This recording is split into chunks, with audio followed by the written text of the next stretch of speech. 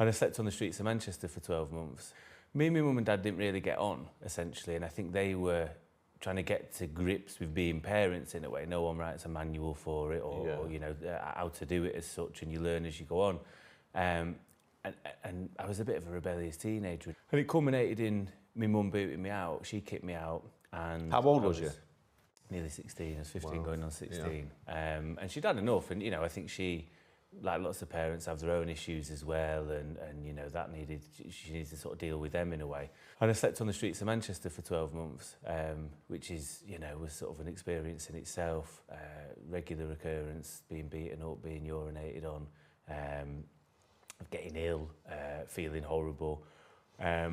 And someone took me in at first, and so I was essentially groomed into a gang that you know, were involved in nefarious means. And it was similar. It wasn't drugs, but it was similar to sort of the stuff you hear about county lines, where I was essentially a bit of a stooge, bit of a runner. Here, go and do us a favour, and we'll put a roof over your head.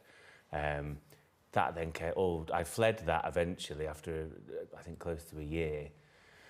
And it all come crumbling down. A few months later, there was phone calls from the police, you need to come in, otherwise we're going to arrest you, essentially. I was eventually sentenced to 12 months in prison, but because it was a first-time offence and I pled guilty, it was suspended for 12 months and I did 180 community hours.